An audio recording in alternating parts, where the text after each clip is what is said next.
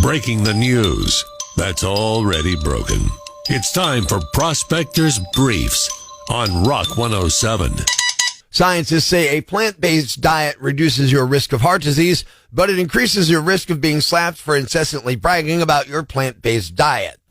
Today is National Toilet Paper Day. If I were to list my favorite holidays, I'd put this one at number 2. Sylvester Stallone and Jennifer Flavin are divorcing after 25 years of marriage. Sources say the last few years of their marriage have been, wait for it, rocky. Making sure breaking news stays broken. Tune in Monday for Prospector's Briefs on Rock 107. We got TV history on our hands. Good morning, I'm Rock 107's Prospector. The premiere of House of the Dragon, HBO's prequel to Game of Thrones, smashed all kinds of records. It became the cable and streaming network's biggest premiere ever. Those who watched are ready for more. At least we have a new comfort show every weekend. The Game of Thrones prequel House of the Dragon is here. With all the things you loved from the original, knights, royalty, friendship, and fire-breathing dragons. All of the comfort watching you can handle, with things like chairs made out of swords, brothers and sisters marrying each other, and torture. All your favorite things from Game of Thrones, back again in House of the Dragon. Dead-eyed murderous blonde girls. Way too much full frontal nudity. Every week on HBO. And hopefully, unlike Game of Thrones, House of the Dragon will have a better ending.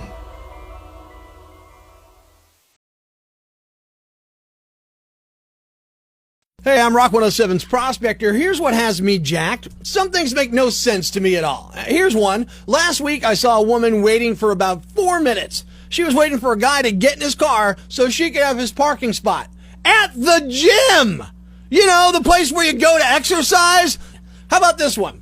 I went to a restaurant that was BYOB, and they informed me there was a $5 corking charge. I thought a $5. Is that too much? But you know what? Okay, fine. So here's the rub. Our waitress wasn't legally old enough to open the bottle of alcohol, so we had to open it. And they still charged us the $5 corking charge. Hey, I uncorked it. You should be paying me. You want one more? Okay, last night ran a story about a Yankee fan. And the story was about all the stuff that this Yambag has accumulated over the years of loving the Yankees. Now, I love the Yankees and the Rangers and the Rams. And yeah, I've got some logo stuff. But it's far from news. The reporter starts naming all the stuff the guy has and says, and I quote, including this life-size mural of Yankee Stadium. It was on a wall inside the house. Allow me to let you in on a little information here. A life-size mural of Yankee Stadium would be as big as Yankee Stadium, jackhole! Even if it was just a part of Yankee Stadium on the mural, it would have to be huge. This was about 3 feet high by 7 feet wide. Big, but nowhere near life-size. That's like calling a Barbie doll a life-size girl. It just seems to me, if you've got a job that involves describing things to people on TV, you should have a basic grip on what the words you use actually mean. That way, you don't call a 3x7 mural of Yankee Stadium life-size. I'm sorry, it's inexcusable. I know it's only a story about a baseball fan that collects useless crap, but the question lingers. What else do they get wrong? Facts matter. I gotta go crazy, man.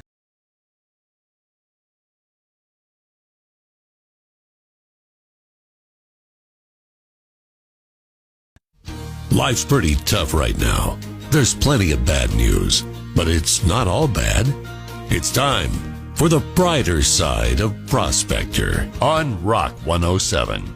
A stay-at-home mom in Maryland who never plays the lottery bought her first scratch-off ticket on a whim this month, and it hit for $50,000. Now, she went bigger first time out. She bought a $20 scratch-off ticket. She and her fiancé have been trying to buy a house, and now they have their down payment. Thanks. We needed that. The brighter side of Prospector on Rock 107. I'm guessing everyone in this survey is over 50 years old. Good morning. I'm Rock 107's Prospector, an online voiceover marketplace called Voices.com. Surveyed over 1,000 people to find out which animated character had the most recognizable voice. Surprisingly, it's not Mickey Mouse nor Bugs Bunny. Who won? You tell me. Greetings, fine people, and welcome to Jellystone Park.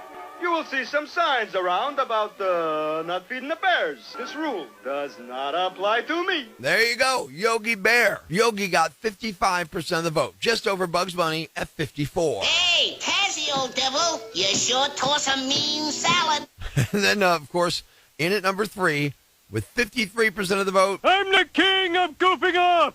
Homer Simpson, Mickey Mouse rounded out the top 5 with 50%.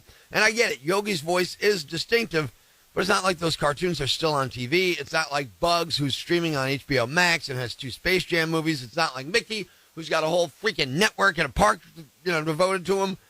I think if you surveyed people under 30, they'd all be like, who the hell is Yogi Bear? Yeah, my nephew started yesterday. Good morning, I'm Rock 107's Prospector. While some kids get a little more summer vacation, some districts are already back and some are heading back very soon. Yeah, it's back to school time. So get prepared with what the kids will need and what they won't. It's back to school time with a friendly reminder to parents. Don't let your kids bring these items to school. Grandma Nona's glass eye. Do not bring mommy's battery-operated boyfriend. Smack and meth are no-nos. Leave Uncle Kyle's bong at home. Don't show other kids cell phone pics of sick things you did this summer. Don't bring poop of any type. And finally, don't bring Grandpa's flask of medicine for show and tell. This has been a friendly reminder to parents for back to school. An idiot, a blockhead, a dunce, or an ignoramus, a dullard, simpleton, or a clot, nitwit, dipstick, pea-brain, mouth breather, or cretin. It's now time to announce the winner of Prospector's Yambag of the Week. Here are the nominees. Nominee number 1. A woman in Oklahoma was detained, not arrested, but she escaped, fired a gun at the cops, and then was arrested and charged with 3 felonies. She also tested positive for meth. Nominee number 2. A 62-year-old man in Florida was arrested last week for allegedly arranging to have sex with a 14-year-old girl. He told cops he was just trying to celebrate his upcoming birthday. Nominee number 3. A guy in Indiana tried to carjack multiple people on Friday and got hit by a car. Then, while cops were trying to help him, he jumped up, tried to carjack a different person, and got hit again, this time by a semi. Somehow he wasn't seriously injured either of those times, but he did get arrested. Nominee number 4. A man in Georgia was in a Walmart on Sunday when the loaded gun he was carrying slipped out of his waistband. He tried to catch it, but it fired one shot that hit himself and 3 other people. Despite this idiocy, everyone should be okay. The guy's facing reckless conduct charges. And the winner is the guy who shot himself and 3 others when his loaded gun that he was carrying in his waistband slipped and he tried to grab it. That's why you put the safety on, and it's why you're the Yambag of the Week. Stay tuned for all the nominees for Prospector's Yambag of the Day, weekday mornings, right here on Rock 107. Thanks for listening to Prospector's Prime Cuts podcast. Be sure to catch us live weekdays from 5:30 to 10 a.m. on Rock 107 or online at rock107.com or the Rock 107 app, a free download for your Android or iPhone. Subscribe to the podcast on Apple Podcasts, Google Podcasts, Spotify, Stitcher Radio, or wherever you get your podcasts so you never miss Prospector's Prime Cuts.